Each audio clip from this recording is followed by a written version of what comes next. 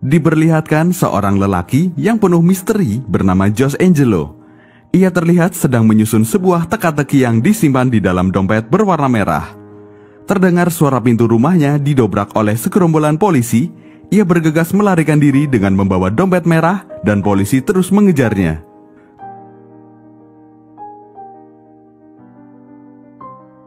Kemudian dompet itu dilempar oleh Josh Angelo dan terjatuh di dalam truk sampah yang sedang melaju ke pusat pembuangan sampah. Di pusat pembuangan sampah, terlihat seorang anak berumur 14 tahun sedang memunguti sampah. Ia bernama Rafael. Ketika sedang bekerja, ia mendapati sebuah dompet berwarna merah dan sontak ia sembunyikan di saku celananya. Rafael memberitahu kepada temannya yang bernama Gardo. Mereka sangat senang sekali karena di dalam dompet itu terdapat sejumlah uang yang langsung mereka bagi. Di dalam dompet itu bukan hanya uang, tetapi terdapat benda-benda misteri seperti kartu nama Josh Angelo, animal lotre, kunci, foto anak perempuan, dan kalender. Sementara di tempat lain, Josh Angelo disiksa oleh polisi bernama Federico yang dibayar oleh Santos, seorang politikus yang berpengaruh di kotanya. Josh Angelo ditanya isi di dalam dompet itu, akan tetapi Josh Angelo hanya diam dan tidak mengatakan apapun. Akhirnya ia tewas dibunuh. Beberapa saat kemudian mereka pulang dan bertemu dengan guru lesnya yang bernama Olivia. Gardo datang dengan membawa ayam agar mereka dapat makan enak malam ini. Tak lama kemudian, polisi berdatangan dipimpin oleh Federico untuk mencari dompet merah milik Josh Angelo di pusat pembuangan sampah. Polisi mengadakan sayembara bahwa yang menemukan dompet berwarna merah akan diberikan hadiah berupa uang. Federico mendekati dan memotret Gardo yang saat itu sedang mandi. Gardo menanyakan kenapa banyak sekali polisi berdatangan kepada Federico, dan ia pun menjawab bahwa ia sedang mencari dompet berwarna merah yang di dalamnya terdapat bukti untuk menghancurkan kejahatan. Mengetahui hal itu, Gardo langsung memberitahu kepada Rafael untuk memberikan dompetnya kepada polisi agar mendapatkan imbalan berupa uang. Rafael yang tidak percaya terhadap polisi menolak dan memutuskan untuk menyimpan dompet itu. Lagi pula, semakin lama disimpan akan semakin besar nilai uangnya, pikir Rafael. Kemudian Rafael dan Gardo menemui temannya yang bernama Red untuk membantu menyimpan dompetnya, akan tetapi Red menolak karena tidak ada imbalan untuknya. Red tahu kegunaan kunci yang ada di dalam dompet, tapi dengan imbalan bahwa hasilnya akan dibagi rata. Rafael dan Gardo menyetujui dan memutuskan untuk mengikuti Red. Petualangan mereka dimulai. Sialnya, perjalanan mereka tidak semulus yang dibayangkan. Red tahu kunci yang ada di dalam dompet itu adalah kunci untuk membuka sebuah loker di stasiun, akan tetapi mereka harus menghadapi preman dan polisi yang berseliweran di depan mereka. Karena kekompakan mereka, Gardo berhasil mengelabui polisi dengan menjadi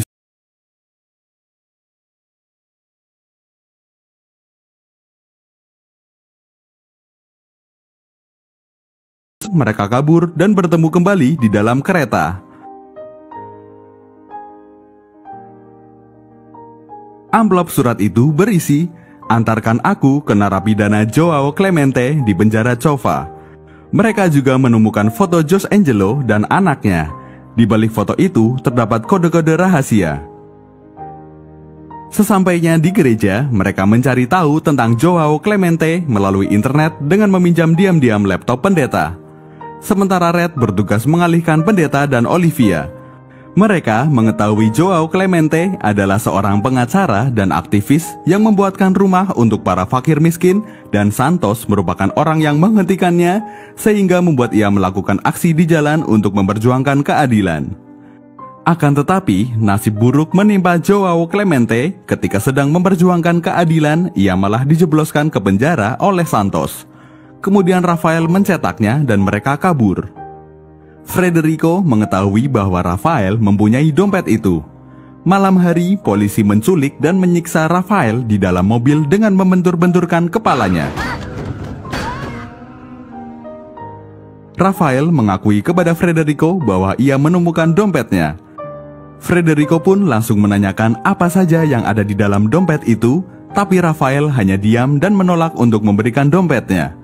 Frederico menyuruh anak buahnya untuk menembak kepala Rafael dan mereka menggerutu bahwa ini pekerjaan yang sangat kotor yang seharusnya dilakukan sendiri oleh Santos.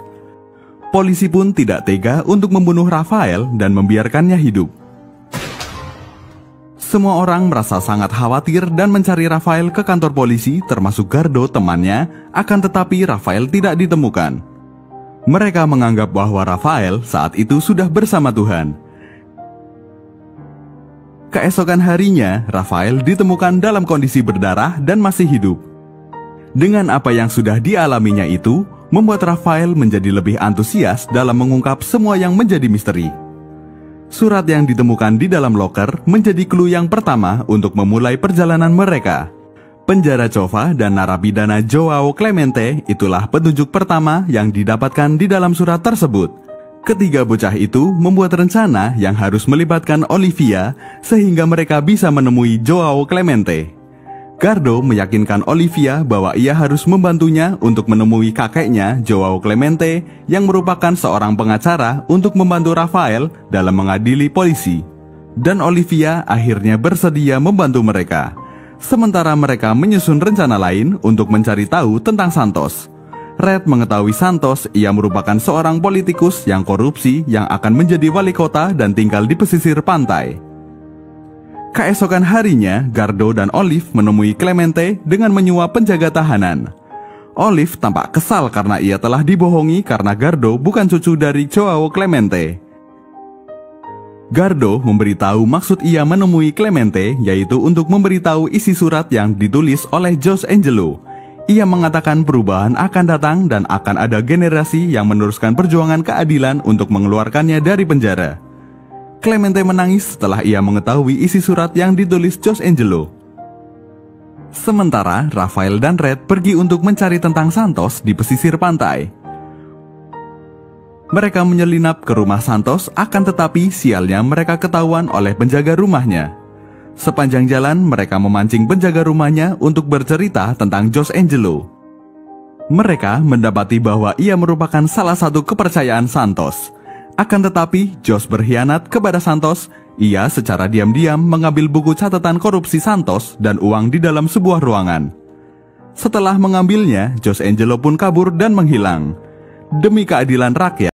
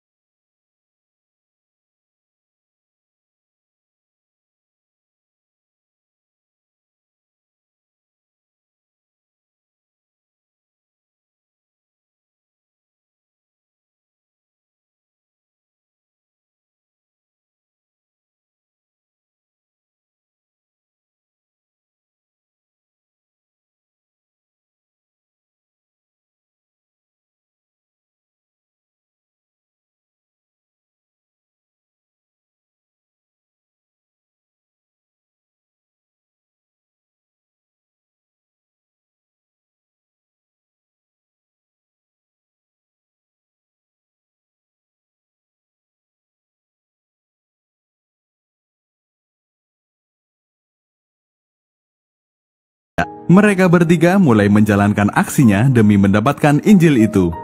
Setelah usaha yang mereka lakukan, Injil jatuh di tangan mereka.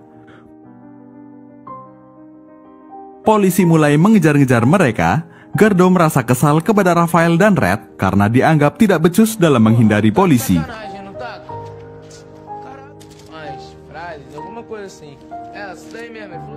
Satu persatu kode dapat dipecahkan dan membentuk sebuah nomor yang ternyata nomor itu berasal dari pemakaman San Francisco.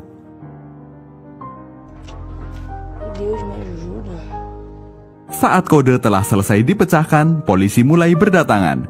Sialnya, Frederico mengetahui kode yang dimaksud oleh Rafael dan Red dan ia pun langsung bergegas pergi menuju pemakaman untuk bertemu tiga anak tersebut. Dari petualangan menghadapi kematian, Rafael, Gardo, dan Red berusaha berlari dari petugas yang mengejar mereka dibantu oleh para geng motor. Sesampainya di pemakaman, Rafael, Gardo, dan Red mencari pemakaman yang dimaksud oleh Jose Angelo. Pia Angelo adalah nama pemakaman yang ditemukan oleh Raphael berdasarkan petunjuk yang ditulis oleh Jose Angelo. Raphael terkejut karena ia bertemu dengan Pia Angelo yang merupakan anak perempuan dari Jose Angelo yang sedang bersembunyi di sekitar makam dan sedang menunggu ayahnya datang untuk menjemputnya.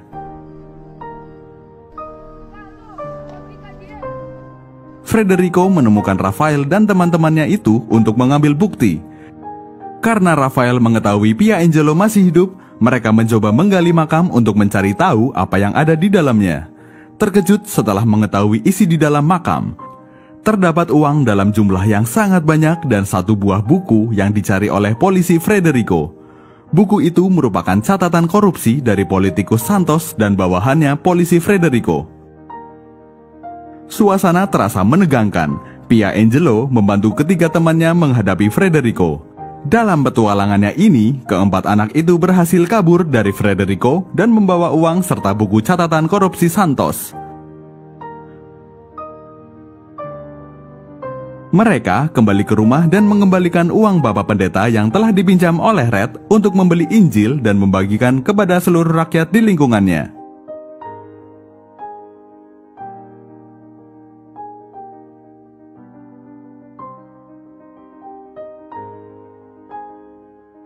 Olive dan Bapak Pendeta merasa sangat terberkati karena ketiga anak tersebut masih hidup dan memberikannya bonus besar, yaitu sebuah buku berisi catatan korupsi Santos dan bawahannya polisi Federico.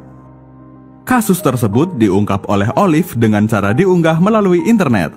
Dunia politikus tampak gencar, rakyat merasa sangat senang karena keadilan berhasil diungkap. Red, Raphael, Gardo, dan Pia memutuskan untuk pindah ke pesisir pantai dan menjalani hidup dengan baik. Semua orang mencari keberadaan mereka karena keberaniannya dalam mengungkapkan sebuah keadilan.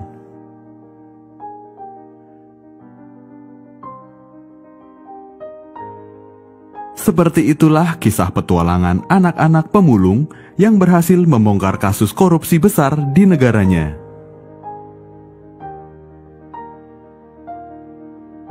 Republik Orang Gila bertahta. Bermodal topeng, hidup terasa istimewa. Terucap sebuah rencana, bertumbuh sebuah bencana. Di sini hati teriris penuh luka, di sana berlagak lupa hingga berpura-pura buta. Bersuara lantang, membuka rahasia akan terasa sia-sia, karena semua hanya dianggap jenaka.